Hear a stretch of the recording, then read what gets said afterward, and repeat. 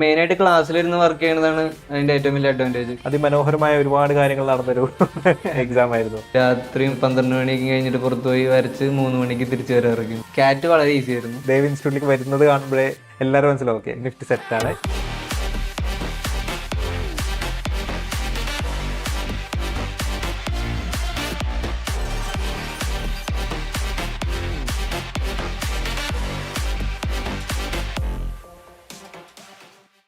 തിങ്കിൽ join ചെയ്തതിന് ശേഷം എനിക്കൊന്ന് എന്തായാലും ഇപ്പൊ കുറെ വീക്ക്നെസ്സസ് അല്ലെങ്കിൽ കുറെ പോരായ്മകൾ ഉണ്ടാവുമല്ലോ. അപ്പൊ അതിനൊക്കെ എങ്ങനെയാണ് ഐഡന്റിഫൈ ചെയ്തത്? എന്തൊക്കെയായിരുന്നു അത് ഓവർകം ചെയ്തത് എങ്ങനെയാണെന്നൊക്കെ?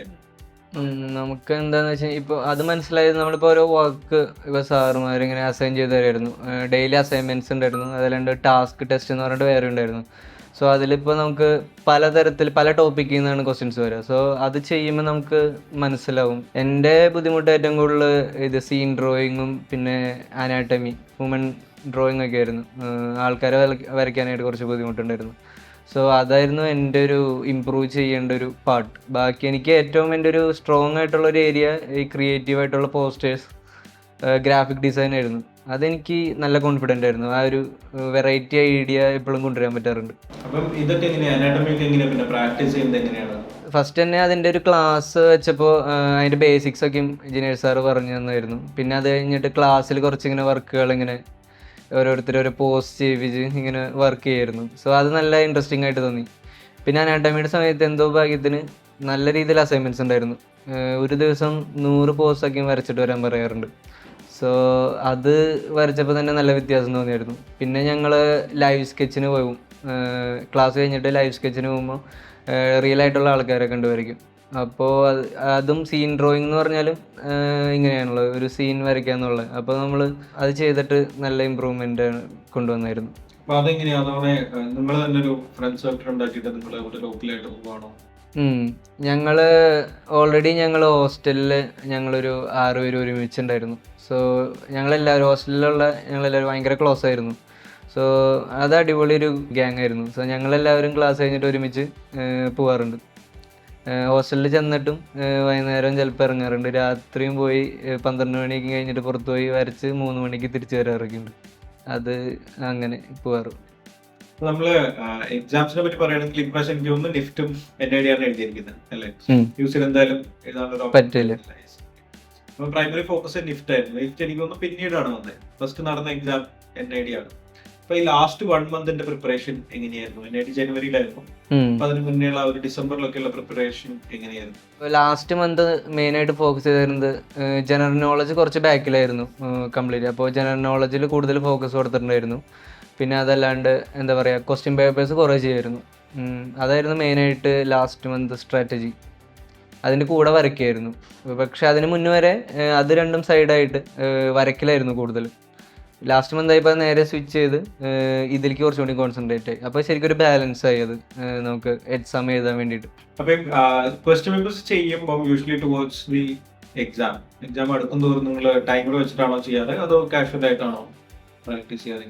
ഞങ്ങൾ ഹോസ്റ്റലിൽ ആണ് ചെയ്യാറ്. അപ്പോൾ ഹോസ്റ്റലിൽ ചെയ്യുമ്പോൾ ഞങ്ങൾ ഒരുമിച്ചിരുന്നിട്ട് ടൈം വെച്ചിട്ട് ചെയ്യാറ്. സോ ആദ്യമൊക്കെ നമുക്ക് ആ ടൈമിൽ കംപ്ലീറ്റ് ചെയ്യാൻ ഭയങ്കര ബുദ്ധിമുട്ടായിരുന്നു. പതുക്കെ നമ്മൾ അത് ഇമ്പ്രൂവ് ചെയ്ത് കൊണ്ടുവന്നു. ക്വസ്റ്റ്യൻ പേപ്പർ കംപ്ലീറ്റ് ചെയ്യുക, പിന്നെ അത് ക്രിയേറ്റീവായിട്ട് ചെയ്യാൻ നോക്കുക. അതിൽ ഡ്രോയിങ് ക്വസ്റ്റ്യൻസ് ഒക്കെ ഉണ്ടെങ്കിൽ അത് കഴിഞ്ഞിട്ട് നമ്മൾ ആ സ്പീഡ് പതുക്കെ ഡെവലപ്പ് ചെയ്ത് കൊണ്ടുവരാം. എന്നിട്ട് അത് കറക്റ്റ് ടൈമിൽ തീർക്കാനായിട്ടുള്ളൊരു ഇതിലേക്ക് കൊണ്ടുവരും. കറക്റ്റ്നെസ്സിലും ആക്യുറസിയിലുമാണ് വർക്ക് ചെയ്തിരിക്കുന്നത്, സ്പീഡിൽ കൊണ്ടുവരുന്നത്. എനിക്ക് തോന്നുന്നു തിങ്കിൽ നമ്മൾ ഈ വർഷം കഴിഞ്ഞ വർഷം ജോയിൻ ചെയ്ത എല്ലാ സ്റ്റുഡൻസിനെ എടുത്തിട്ട് എല്ലാവരും ഈ 3 എക്സാംസിനും ഓരോ ബ്രാൻഡ് അംബാസിഡേഴ്സിനെ ചൂസ് ചെയ്യണമെങ്കിൽ നിഫ്റ്റിൽ ദേവിൻ്റെ പേരായിരിക്കും വരുന്നുണ്ടാവുക. അപ്പം ഞാൻ പലപ്പോഴും കേട്ടിട്ടുണ്ട് ദേവ് ഇൻസ്റ്റിറ്റ്യൂട്ടിലേക്ക് വരുന്നത് കാണുമ്പോഴേ എല്ലാവരും മനസ്സിലാവും ഓക്കെ നിഫ്റ്റ് സെറ്റാണ്. ദേവ് അങ്ങനെ തന്നെയാണ് എന്നാണ്, ഐ മീൻ നിഫ്റ്റാണ് മേജറായിട്ട് ഫോക്കസ് ചെയ്യുന്നുണ്ടായിരുന്നത് എന്നാണ് ഞാൻ മനസ്സിലാക്കിയിരിക്കുന്നത്. അപ്പം NID പ്രിലിംസ് കഴിഞ്ഞതിന് ശേഷം പിന്നെ നിഫ്റ്റ് എക്സാം ആണ്. Can you take us through the NEFT exam? കാരണം ഇപ്രാവശ്യത്തെ നിഫ്റ്റ് എക്സാം ഹോം ബേസ്ഡ് ആയിട്ടുള്ള എക്സാം ആയിരുന്നു. അതിമനോഹരമായ ഒരുപാട് കാര്യങ്ങൾ നടന്നൊരു എക്സാം ആയിരുന്നു. ഒരു ഡിസൈൻ സ്കൂളിലേക്ക് കയറാൻ വേണ്ടി ആക്ച്വലി സ്റ്റുഡൻസ് എത്രത്തോളം കഷ്ടപ്പെടണം എന്നുള്ളത് എനിക്ക് തോന്നുന്നു ഏറ്റവും കൂടുതൽ എക്സിബിറ്റഡ് ആയത് നിഫ്റ്റിൻ്റെ ഒരു എക്സാം നടന്നപ്പോഴാണ്. കാരണം ഒരു ഷോർട്ട് സ്പാൻ ഓഫ് ടൈമിനുള്ള നെറ്റ് എൻഷുർ ചെയ്യണം, ഫ്ലോലെസ് നെറ്റ് എൻഷുർ ചെയ്യണം, വേറൊരു അഡീഷണൽ ഡിവൈസ് മൊബൈലോ ലാപ്ടോപ്പോ ഐപാഡോ എന്തെങ്കിലും ഒരെണ്ണം എൻഷുർ ചെയ്യണം, അത് ബാക്ക് സൈഡിൽ വെക്കണം, ഇൻ്റർനെറ്റ് കണക്ഷൻ സ്മൂത്ത് ആയിരിക്കണം. അവർ പറയുന്ന പോലെ ചെയ്തതിന് ശേഷം ആ ഒരു ടൈമിനുള്ളിൽ തന്നെ ഇത് അപ്ലോഡ് ചെയ്ത് കൊടുക്കണം. ഒരുപാട് പ്രോസസ്സുകൾ ഉണ്ടായിരുന്നു. How was your exam?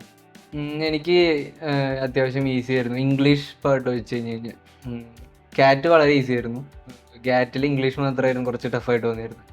ബാക്കിയുള്ള ഈസി ആയിരുന്നു. ബട്ട് എന്താ സംഭവം എന്ന് വെച്ച് കഴിഞ്ഞാൽ ഇത്രയും റിസ്ക് എടുത്തിട്ടാണ് സെക്കൻഡ് ഇയർ ഞാൻ വീണ്ടും റിപ്പീറ്റ് ചെയ്യണത്.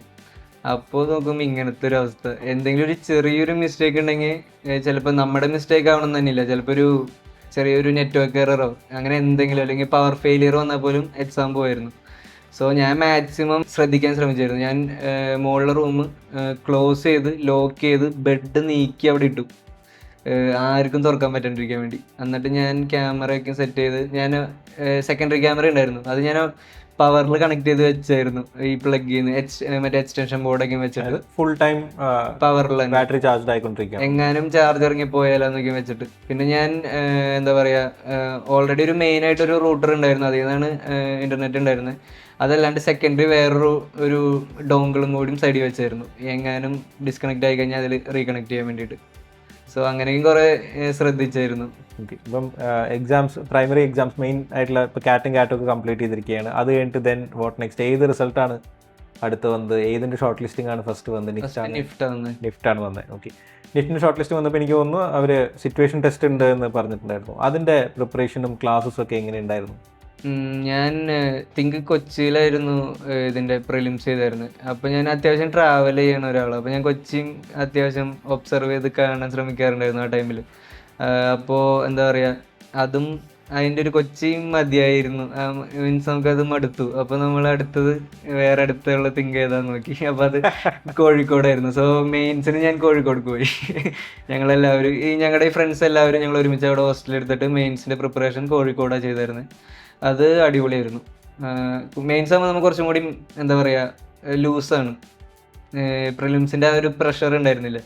സോ അത് കഴിഞ്ഞിട്ട് ഞങ്ങൾ മീൻസ് ക്ലാസ് കഴിഞ്ഞിട്ട് ജസ്റ്റ് പുറത്ത് പോയായിരുന്നു. പിന്നെ വന്നിട്ട് വൈകുന്നേരം പിന്നെ ഓൺലൈൻ ക്ലാസ് ഉണ്ടായിരുന്നു. അപ്പോൾ അത് ജസ്റ്റ് അത് കാണും. പിന്നെ വർക്ക് ചെയ്തിട്ട് അസൈൻമെൻറ്റ്സ് ചെയ്യിപ്പിക്കുമായിരുന്നു, അത് ചെയ്യായിരുന്നു. പിന്നെ മെയിനായിട്ട് ക്ലാസ്സിലിരുന്ന് വർക്ക് ചെയ്യുന്നതാണ് അതിൻ്റെ ഏറ്റവും വലിയ അഡ്വാൻറ്റേജ്. ക്ലാസ്സിലിരുന്ന് വർക്ക് ചെയ്യുമ്പോൾ പല ആൾക്കാർ ഓരോരുത്തരുടെ യുണീക്കായിട്ടുള്ള വർക്കല്ലേ, അതെല്ലാം കണ്ട് അതിൽ നിന്ന് ഇപ്പോൾ നമ്മുടെ എന്താ മിസ്റ്റേക്ക് എന്ന് മനസ്സിലാക്കാൻ ശ്രമിക്കാറുണ്ട്. എനിക്ക് എൻ്റെ ഒരു വീക്ക് പോയിന്റ് എന്ന് പറഞ്ഞാൽ പെർഫെക്ഷൻ ആയിരുന്നു. എനിക്ക് കട്ട് ചെയ്യുമ്പോഴും ഒട്ടിക്കുമ്പോഴൊക്കെ ഉള്ളൊരു പെർഫെക്ഷൻ ആയിരുന്നു എൻ്റെ ഒരു വീക്ക് പോയിന്റ് സിറ്റുവേഷൻ ടെസ്റ്റിനുള്ളത്. സോ ഞാൻ അത് ഡെവലപ്പ് ചെയ്യാൻ നോക്കിയായിരുന്നു.